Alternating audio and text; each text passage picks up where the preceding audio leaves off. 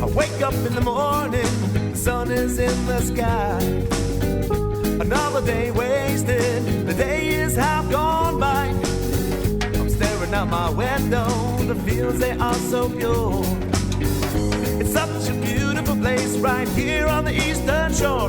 Living on the eastern shore, where the air is clean and pure. I never leave the eastern shore. I love the eastern shore. Willie is a unique person. As you say, he started off as a child on Tangier. I believe at one point he was a waterman. I believe he was also a preacher. And now he's up in age and he's living there in Onancock and has that wonderful little gallery, and it's also his studio. He captures the bay and the scenery of the bay in his own style, using generally watercolors. He goes at it from a perspective of being there, doing it. He's been in the marshes, he's worked on these boats. Willie is the real deal. He is a genuine guy. He speaks from the heart. He paints from the heart. I saw myself in minnow ditches, on the surface of the tide, looking down to someone who is looking up at me. And I guess I'll always be there. No matter what success or failure fates may bring, I'll be linked to those green waters, to a sunburned face and the salty beginning of my youth. I was so trusting to the ebbing tide, a forever child, looking to see if my reflection would predict some future on the flood. Now I'm older, but still reaching for myself, and the broken image of my face keeps smiling through the ebbing and the flowing of the years. Narcissus child, always laughing, yet never mocking me. We have always been together, always reaching for each other, the forever child and me.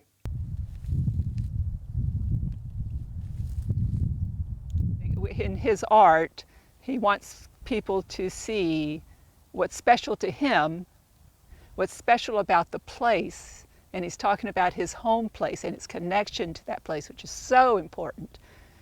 And he wants to show people, here we are, we're the Eastern Shore, we're special, this is our place. You know, we want you to see it. Please come see it, please. But you know, be gentle with it. This is my place, this is my home. He's welcoming them essentially into his home. As the director of a small museum, it's all about the story. You know, we have artifacts in here and they're just artifacts. If there's no story that goes with them, they're worthless. A painting is worthless if there's not a story. So what Willie does is he paints pictures of boats and marshes and creeks, and that tells the story, and that helps to perpetuate this wonderful heritage that is the Eastern Shore of Virginia. And every picture that he creates tells a story. If you look at a lot of his, and we have quite a few of his paintings in here, if you look at a picture of a boat up on a marsh, that boat was more than likely a real boat with a real story. It had a name, it had a builder, and it had people that worked on her. So what I would say is the beautiful thing about the art is it tells a story that we need to tell. Watching the waves, hey, hey, on the Chesapeake Bay. Not just a place, it's a state of mind. Ain't no coming down from a Chesapeake high. Ain't no coming down from a Chesapeake high. Spend a lot of time down by the waterline. Spend a lot of time down by the waterline. My basic philosophy is just to, we can only know certain things, we can believe a lot of things. And so I don't believe much. I only go by what I know. And so, and I don't know much either. So But I don't believe much of anything. And I like to drive things into a corner and reduce it to its lowest terms and find out what it is and what it's about. And that's the way I approach life. But I don't have any preconceived notions or preconceived doctrines in my head. I don't have anything that's hanging on me that's forcing me to believe this, because I don't believe anything. They'll say, you must believe in something. No, I don't have to believe in anything. Belief doesn't make any difference. We can believe all kinds of things. That doesn't mean that they're true. But knowledge is something that you have to have in front of you. You see it, touch it, feel it, smell it. That's how we know things. Willie is an artist, a poet, and a philosopher, and has changed his beliefs over the years. Having grown up on the small Chesapeake Bay island of Tangier, graduating college in North Carolina, and meeting his wife Iris, he moved to Skykomish, Washington, started a church, and continued to study painting. We graduated in June from college, and by August or by July, we were in Washington State. He had a church there. Then the next year we went to Oregon, and he had a church there. And then he met some hippies, and we started listening to them, and that made sense. And it was fun and interesting, and we came back to Virginia, and it's just been a steady growth of, wow. Yeah. It's amazing. I got into the antique business and opened up a little antique business and sold things out of there. That turned into a hippie joint, sort of. Then I got to know the hippies, and I fell in love with the hippies. I found out they were very worldly wise. Well, I'm from Tangier, you know, and I wasn't very worldly wise. And eventually we would have sometimes 12 to 15 people in our house at night, and we'd sit around and talk about things. And I loved that. And I found in these people a hunger, you know, that was a beautiful thing. And I fell in love with those guys. I remember I had a friend out west who was a minister himself, and he had a very unique way of painting, but he was good, and I knew he was good.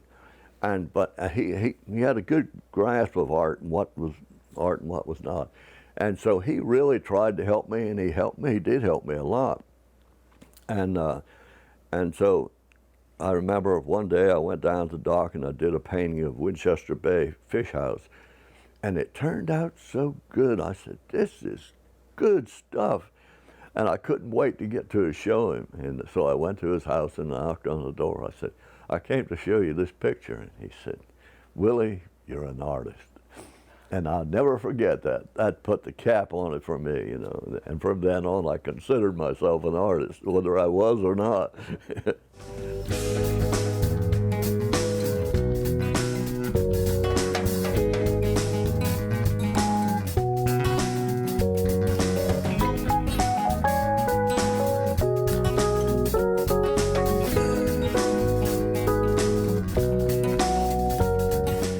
Willie's art is unique. He creates more than an image. He creates a sense of time and place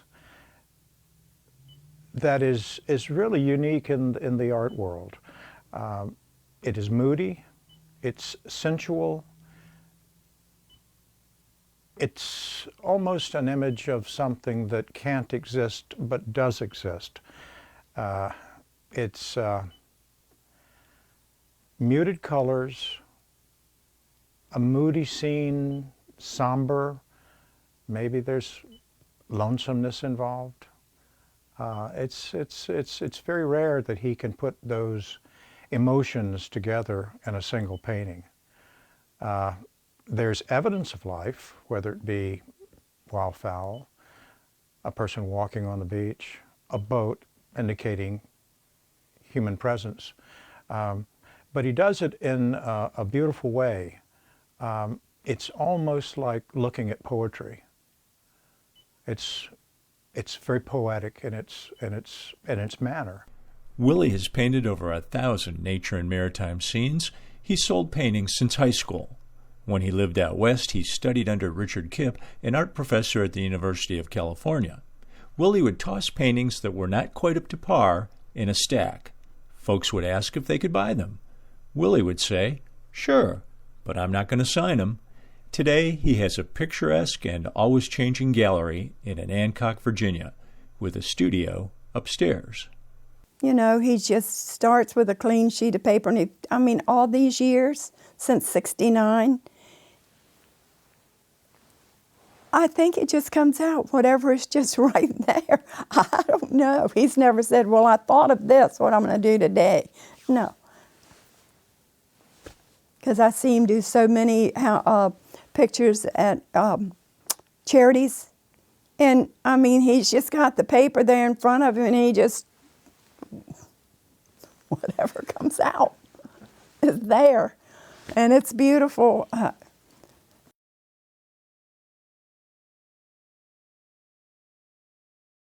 I'm going to start with my lights and go to my darks. I don't really try to do too much with this starting off. I want to get me an idea of where I want that sky to go.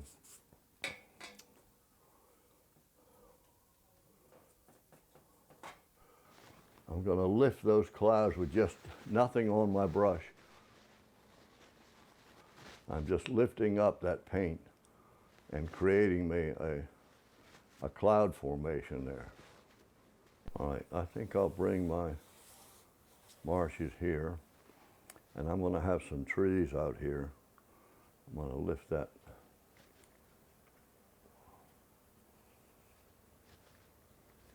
I'll see where I want to go with this bottom part in a little bit. If you look at that in a frame, in a mat, you see how that shows up? Does that show up good? Mm-hmm. All right.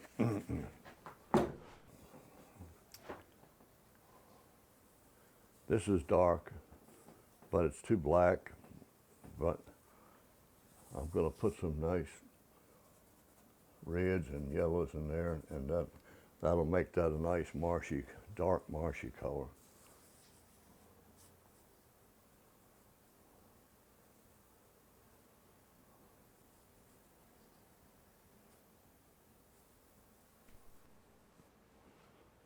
All right.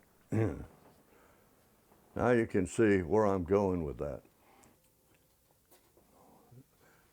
A lot darker trees, I'm going to make some, but these are going to fade back into the distance.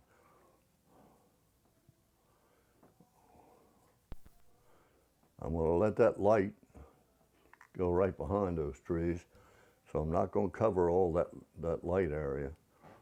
I'm going to let that blend right in, more and more, becoming quite picturesque.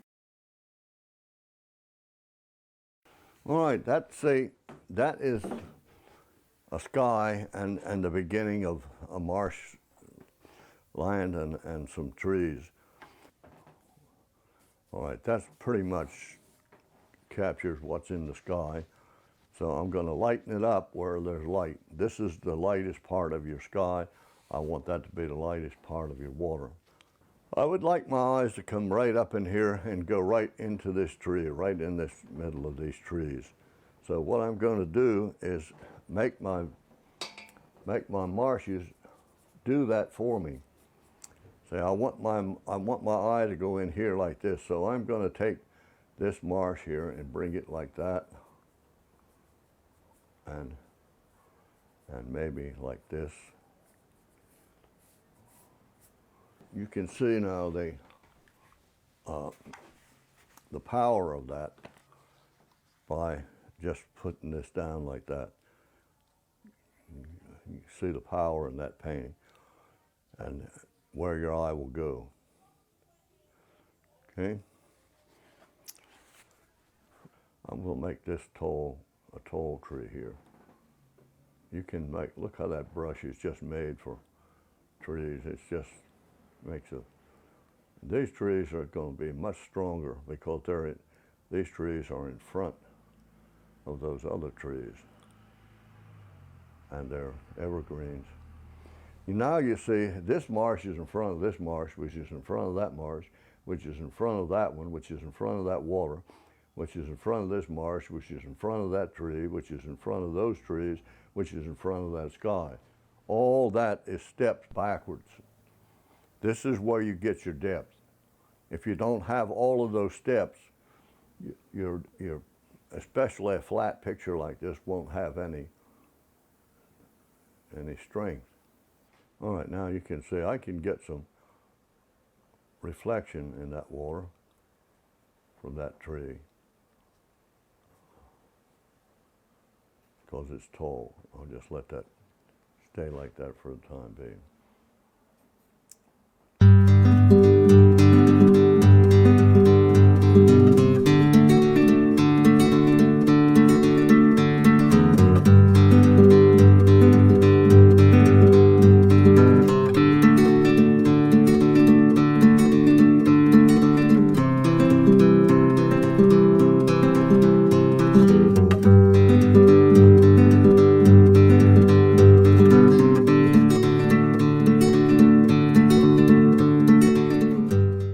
In Native American, Onancock means foggy creek, and when you're on the water and everything around you seems to disappear, you're probably out near the Chesapeake, on Hancock Creek, or one of the bay's twisty tributaries.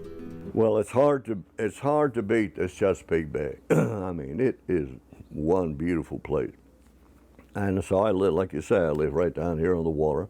I can jump in my boat, and in 10 minutes I can be in the heart of Pocomoke Sound and in the Chesapeake Bay, and it's just, it's so beautiful. Well, I love to just walk the beaches.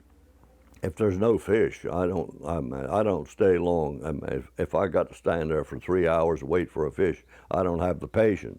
So I I stay in the boat and go to an island and walk it. And one good thing about the Chesapeake Bay is that I can go out here, I can walk the beaches for hours and never see anybody. I mean, and I find Indian artifacts, I see all kinds of driftwood, and I can take pictures of all kinds of birds. I mean, and it is, I get all kinds of studies going on just in walking down that beach.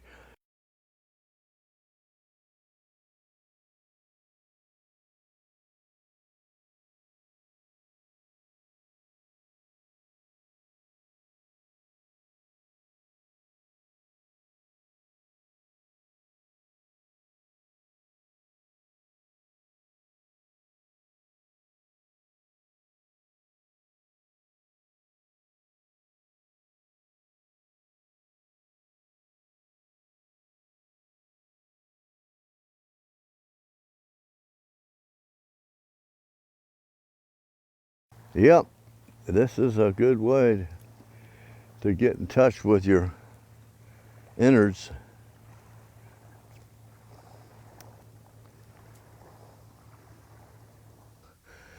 All the plans, the promises we made came true and we didn't even know. We slept so soundly in our guilt, turned our backs on the sun, laughed and splashed away the time as if there was such thing. And the new emotions that thrived upon our youth, Sunday schools, gods, and devils could not shake loose, and we were left alone to circumstance. And yet somehow we're glad we didn't follow all the wise advice given us by sages and by saints. Alas, we made our own mistakes. We made our own arrangements with the fates. That's a pretty nice little poem. The eastern shore of Virginia is a magical place. Surrounded by the Chesapeake and the Atlantic, the natural beauty, history, and character of the region are unmatched and unique. Preserving the shore for generations to come is important to the people living here. You get a special feeling the moment you visit, and it can last a lifetime.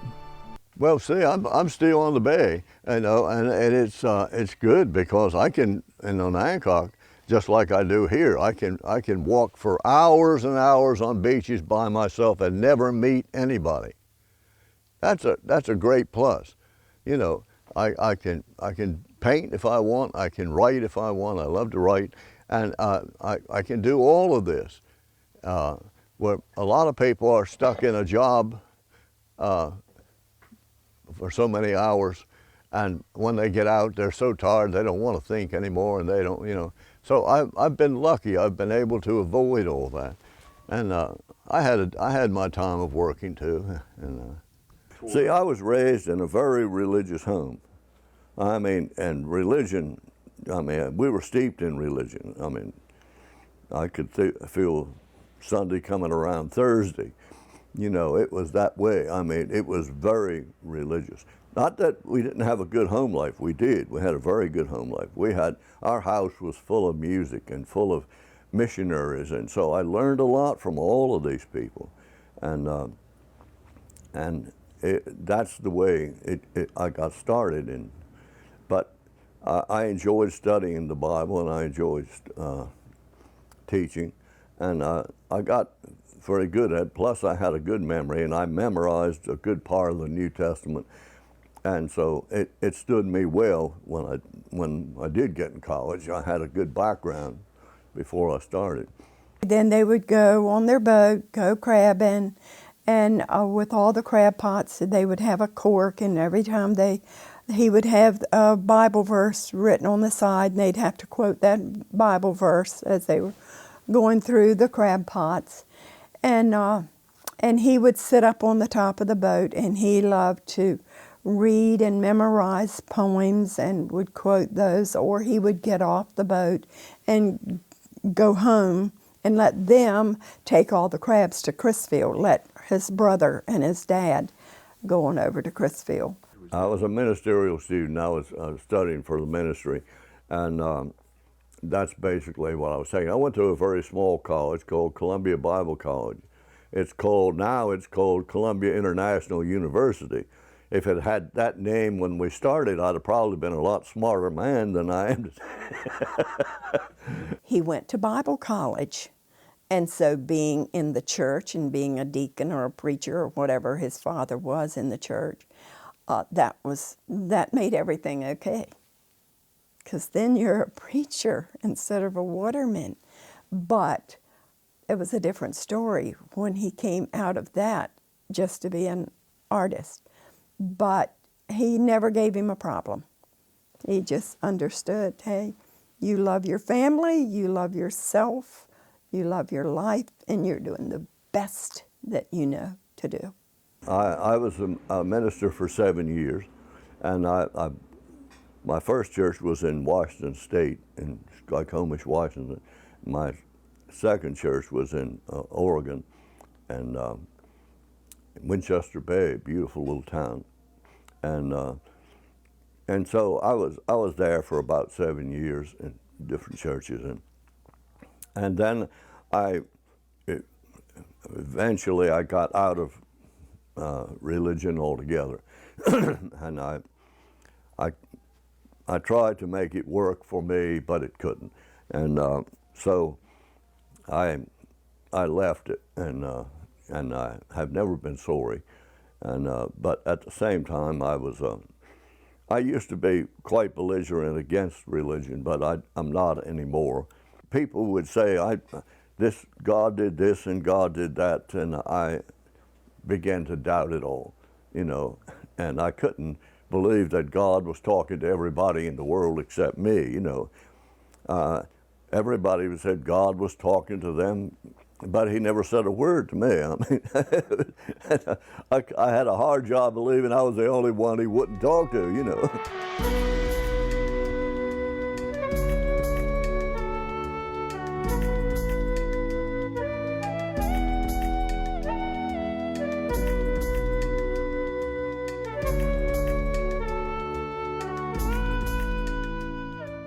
Like Onancock is a beautiful little town, and the eastern shore is growing, And little towns like Onancock and like Cape Charles now is a city. Cape Charles has grown to such an extent. Well, Onancock is growing much more slowly than that. But it's becoming an artsy, craftsy little town, which it should be, you know, because we have people coming in by water and a lot of people come down to Onancock. When I got back here, I had to take very menial jobs and I worked at different places. But I realized I was going to have to make a living because I had 5 children at that time. And so it takes money to raise 5 children. And so anyway, what little money I had saved is gone, so I'm looking for a job. Well, I got this job and I got not enough to make a living with. And so I started trapping again, and I put my muskrat traps out, and I made more money trapping than I did at any of the jobs. So trapping saved my life in so many ways. But I had to really study it to make a living at it. I was just playing with it out west, but now I've got to make a living with this, and I got pretty good at it. And at that time, we had a fellow came down from Easton area, and he would buy, we were getting $5 a piece for a muskrat. All right, he came down and offered us 10. Well, I went and got some more traps, and I was doing well, and I'd have them all in this freezer, 2 freezers full of them, and it was pretty money. And but I made a living doing that, and I've had some weird jobs, but. Well, one thing that has always made the shore magical is that, as you say, it is a special place and it's very unique. It's just a very, very narrow peninsula.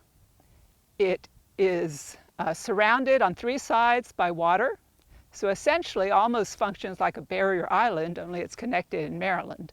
So, but you have water on all 3 sides. You have the salt water of the Atlantic Ocean, you have the brackish water of the Chesapeake Bay, and the 2 meet right at the southern tip of the shore, which is where the bridge tunnel, Chesapeake Bay Bridge Tunnel comes over, and you have Fisherman's Island and all that area to the south.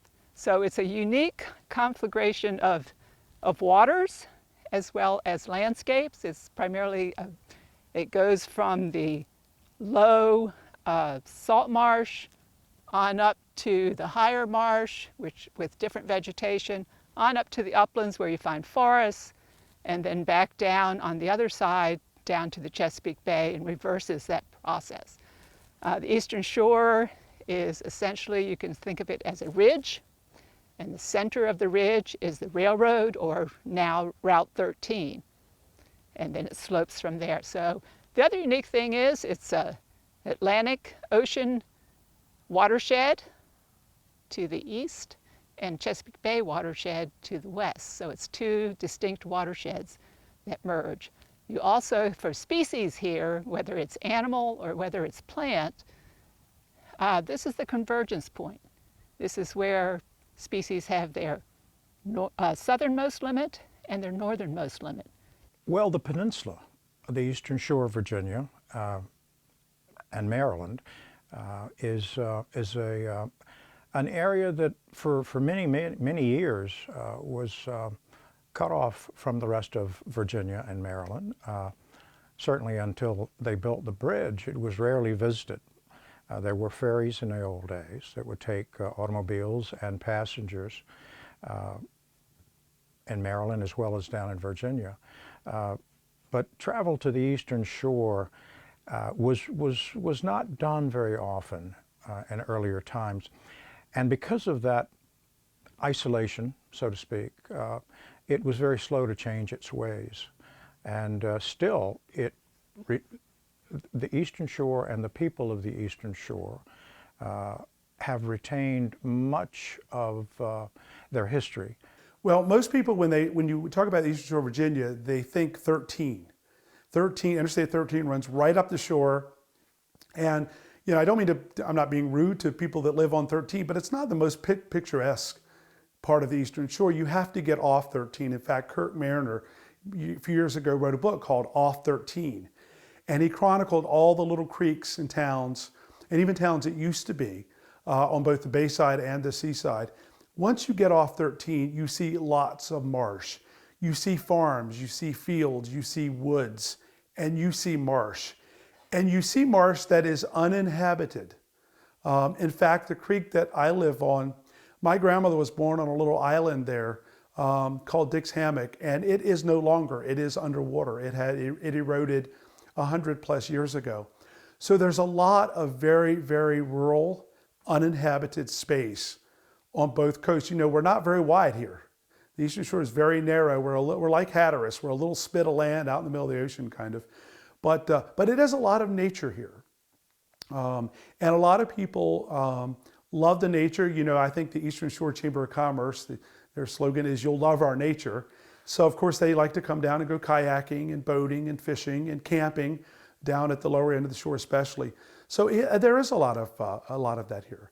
I have taken folks from school where I work out on boats, on Hancock Creek, for example, and I've taken them to places where there are no signs of human civilization.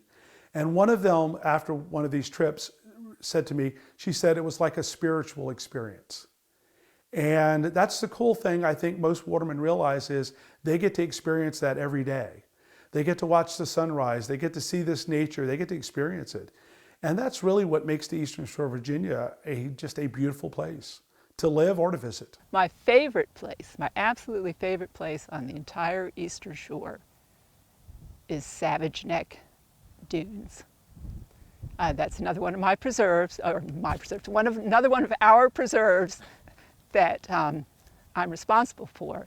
It's on the bayside of the Eastern Shore. It's down in Northampton County. It's right on the Chesapeake Bay.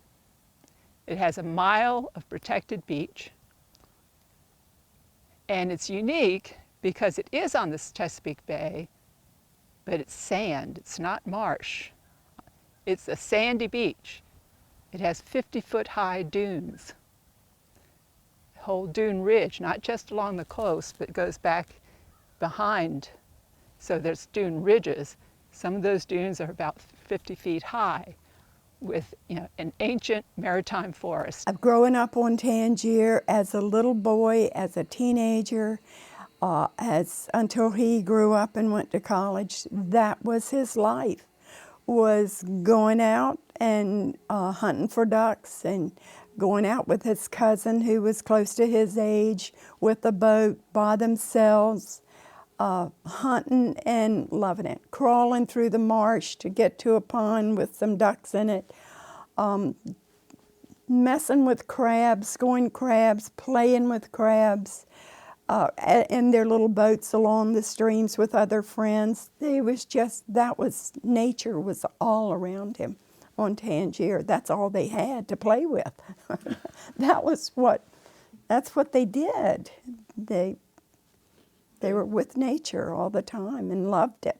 We spent all of our time shoving our little boats up those long, narrow ditches that ribbon through the marshes and catching crabs. And crabs were our whole life when we were kids. I mean, this is what we did every day except Sunday. I mean, we chased crabs, and we'd sell a few of them to Miss Hilda, who owned the hotel, and we'd eat a bunch of them. But we didn't make any money doing it, not much. But we had a great deal of fun. Watermen in Virginia have a legendary, sometimes glamorous image, but growing up on the water with a family of watermen is really hard work. Whether you're out on Tangier or on any of the creeks along the Chesapeake, you'll find watermen that have had very few jobs on dry land. Most grow up on a creek, and they start around the water when they're very, very young. You know, I grew up on a creek. My whole family were watermen. My uncles were watermen, my father, my brother. And so it's just a natural thing that you're going to be around boats and you're going to be on the water. So you end up with a skiff. That's where, you know, it all starts. I had a skiff when I was very young. I didn't have my driver's license until I was 18. But you start in a skiff and, you know, with 2 or 3 of your own pots, you know, because we're entrepreneurs even at a very young age. And very independent. And that's consistent. And a lot of watermen work until they can't work any longer. I grew up around a gentleman who was originally from Tangier, but settled many years ago in Hancock Creek. And he was in his 80s when his family finally said, you can't work on the water anymore. They were worried about his life. So most watermen work because that's all they know how to do. It's all they want to do. So it could span easily 70 plus years. It's one thing to see something in nature. You look out in nature and you see this large expanse and you say, okay, what is it that I like so much about this? What am I seeing here, And then I'd look at that sky and it's such a beautiful sky and those clouds were so beautiful, and I'd say, but I didn't know how to arrange it. So I arranged it exactly the way I saw it. But the way I saw it wasn't right. It was right for nature. Nature can get by with that. For instance, if you ride down Onancock Creek, you've got trees and they're all the same size and pretty much, and they look like just one. Well, nature can get by with that and it's beautiful, but an artist has to do something else. He has to make different shapes and sizes. He has to make your eye go in and out. What Willie has captured is, one, the beauty of the place. He also captures kind of the isolation, and many times I look at Willie's art and it's like, wow, this is really beautiful. But there's also a little bit of sadness there to me, because it is just something that could be so fleeting, and I guess that's where we intersect, in that, I'm involved in the protection of the special place. He's involved in the culture and capturing that culture and capturing the traditional ways of life here. And we both want to save it in some way, despite everything else around us. So I think we mesh in that, but his art kind of conveys that to me. It's like I see his art and I say, this is a picture of what I'm trying to protect. It makes me feel good, but I also see, the kind of wistfulness for what was at one time and still is in many of these places, and hopefully will be. But in Willie's case, he clearly had a vision he saw a higher level perhaps of that scenery. And it inspired in him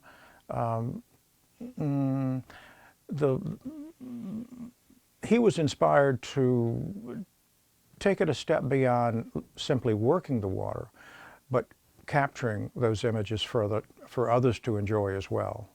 And he did so very, very well, and continues to do so. We have a boat, and that's where he was raised, was on a boat. His father was a crab potter, and so he was out with him every morning and memorizing Bible verses with every crab pot they pulled up. He loves learning. He loves a new thought. We'll just be watching TV, and if there's somebody says something that's wonderful to him, that was wonderful. He just loves thoughts, and his thoughts are so different from what they were as a child growing up on Tangier in the church. And so when he left that and saw that, hey, you know what?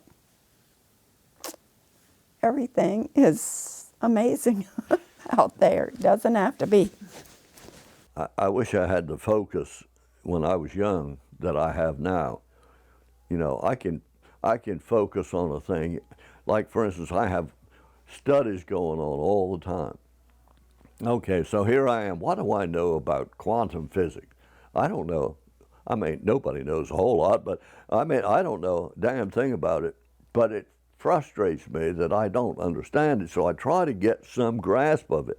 Well, there's things I like that way, and I like the sciences, and I like physics, and I love poetry, and I love philosophy, and I love to read those things. And that monopolizes my whole life. There are places within driving distance of me that are special and unique and almost lost in time. And I think that's captured in Willie's art. that's captured when you come out here. But just this, yeah, this is a place that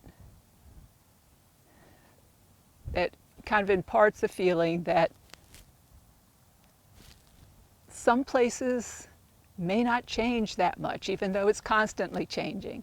But a feeling of just, there are still places out there. There are still places, there are still ways of life, there are still, things that were as they were.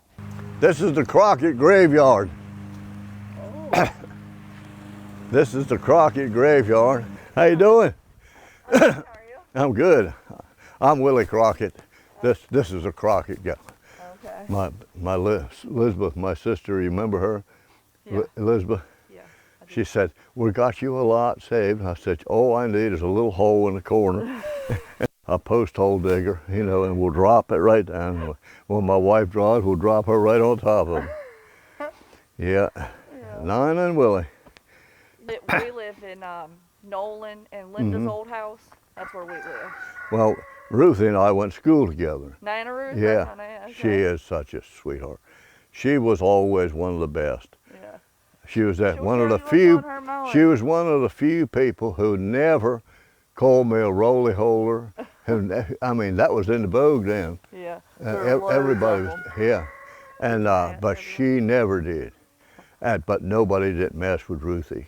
Yeah, no. Cause She tells you what she thinks. Not only tell you, Carolyn and Anita and all those that were ahead of us, they ruled the roost, but they didn't mess with, nobody messed with Ruthie. That sounds like Nana.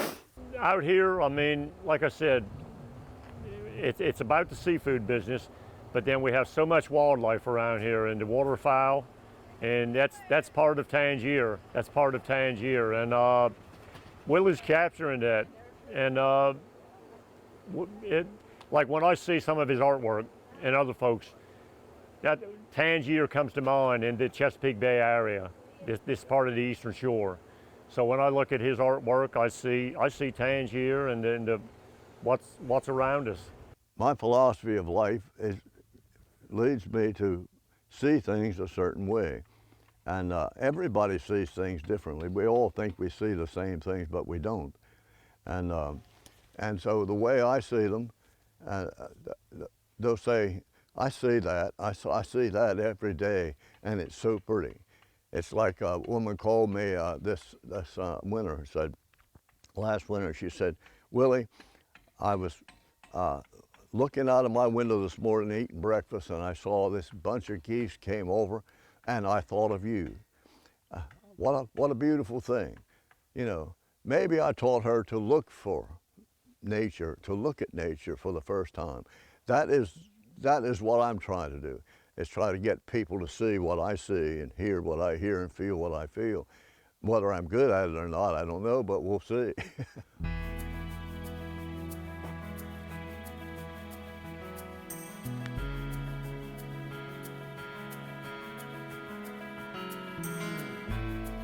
Some of these boats I remember from being a young boy.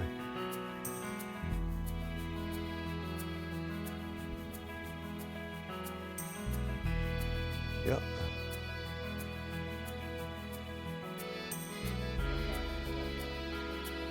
Yeah, they're going away. The wooden ones are. See, you can see how she's falling apart. Like these are on that side. These are what they call scraping boats. They're for scrapers, and they're really made for that. They're low-sided, and they're easy to pull a scrape over. And these are crabbing boats for crab potting. Yep. The infamous Chesapeake Bay dead rise. And predominantly those types of boats were either what we call box sterns, or as some people like to say, square sterns. They're box sterns, or round sterns. And most people that know me know I go crazy about a round stern. Most beautiful boat ever built was the Chesapeake Bay round stern from about the mid 20th century. This boat here was owned by a man who's close to 90 years old, and he just quit working last year. Wow. He was oyster dredging, you see his oyster dredging rig. And he was doing it, him and a partner, him and one of the kids. The boatyard on the western side of Tangier is always a hub of activity and a great place to meet up with the locals. But if you're not born and raised on Tangier, you may have a bit of trouble understanding their unique dialect and way of speaking. You're 81, aren't you? 80, yeah, I'll be 82 my next You're birthday. Ruby's age, aren't you? Uh-huh, yeah, me and Ruby same age. Yeah, she's a couple of years under mother. Yeah. We're still kicking. Yeah, still gigging. Yeah. Well, one thing about these lulls, you can get your boats fixed. I got 3 boys. 2? 3. 3? And you got them girls? 2. How old children? I got 15 grandkids. Hearn, Bill. How many grandchildren is this? 15. 15? Yeah. Yeah. Yeah. 3 of them are great grandchildren. You're producing, aren't you, Tim Crockett? I'm doing my job. How your kids doing? Oh, 80, yeah. Yeah. I miss my wife. I imagine. She was sweet, Yeah. sweet damn girl. She was. Had that diabetes all the way. I know, but damn, I she. can see that coming. You take 4 needles a day. She did well to last that long. Yeah. Yeah, she was a sweet, sweet girl. He said he ain't got no wisdom or knowledge. Well, you ain't that Barry. It's producing, ain't it? 16 grandchildren.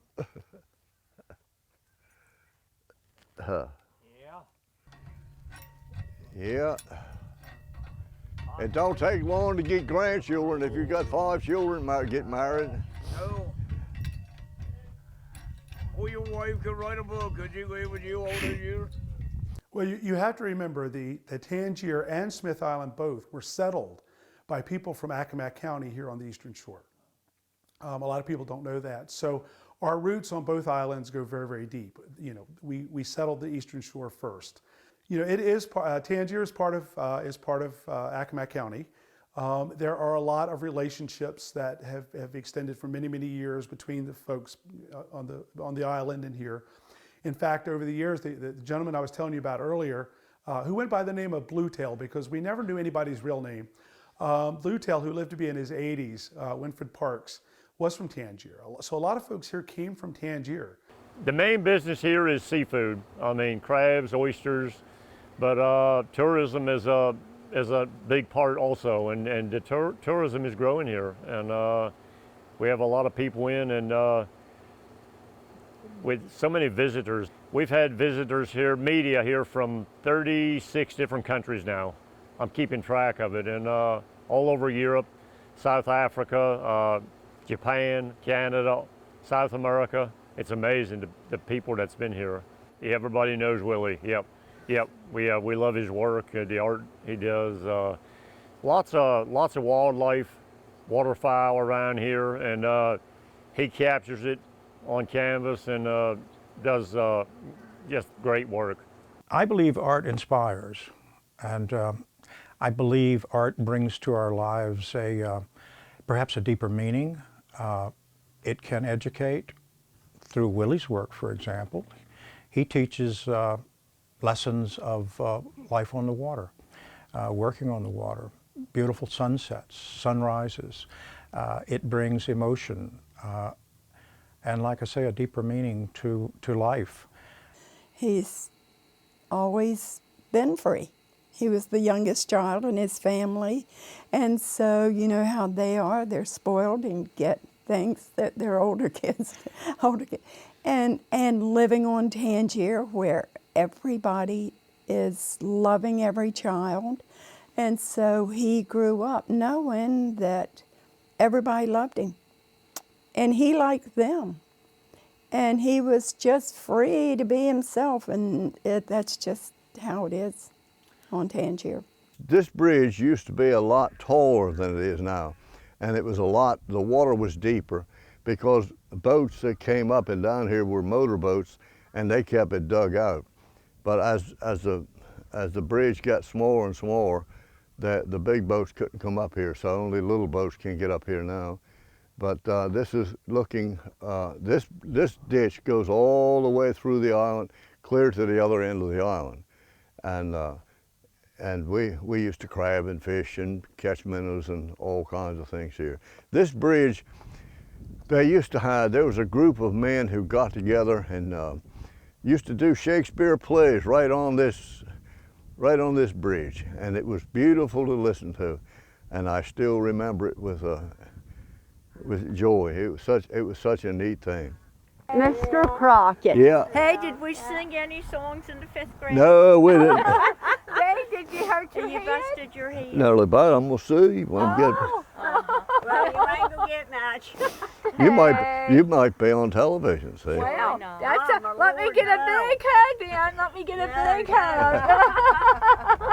Yeah. Always good to see you. Good to see you. I could tell you a bunch of secrets about him. This happens all the time.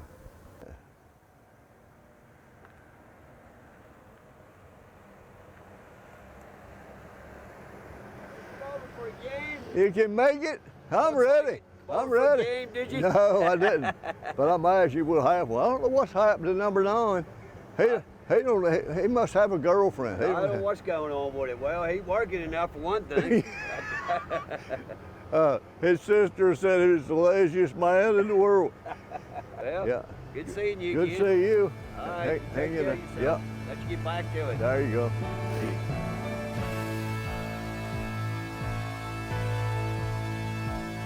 Down by Lorraine's Seafood, Tangier folks come by on bicycle, golf carts, and now seems most everyone has a Kawasaki Mule 4-wheeler.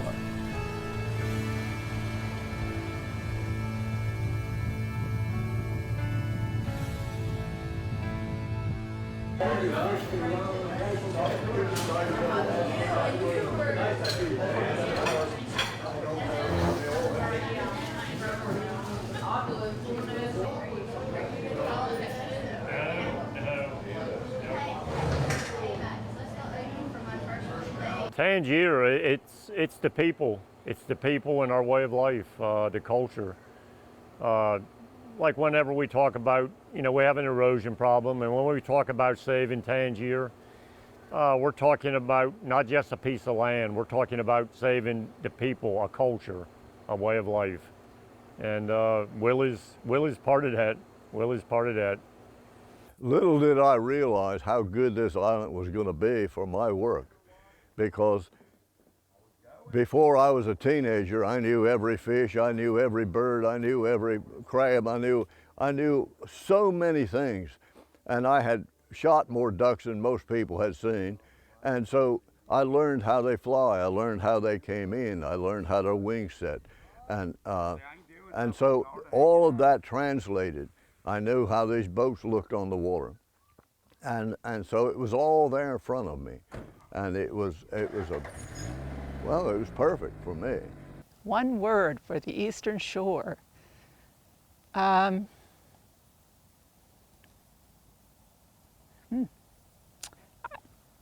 Salty. It's salty. It has an edge. Okay, so if you want to talk about somebody being salty, the shore is that way. It has an edge. You have to be prepared to get a little ribbing to hear, So, and that saltiness, reflects in the vegetation because it's unique. It reflects in the lifestyle. It reflects in the traditional ways people live. It's salty. It's just got that little edge.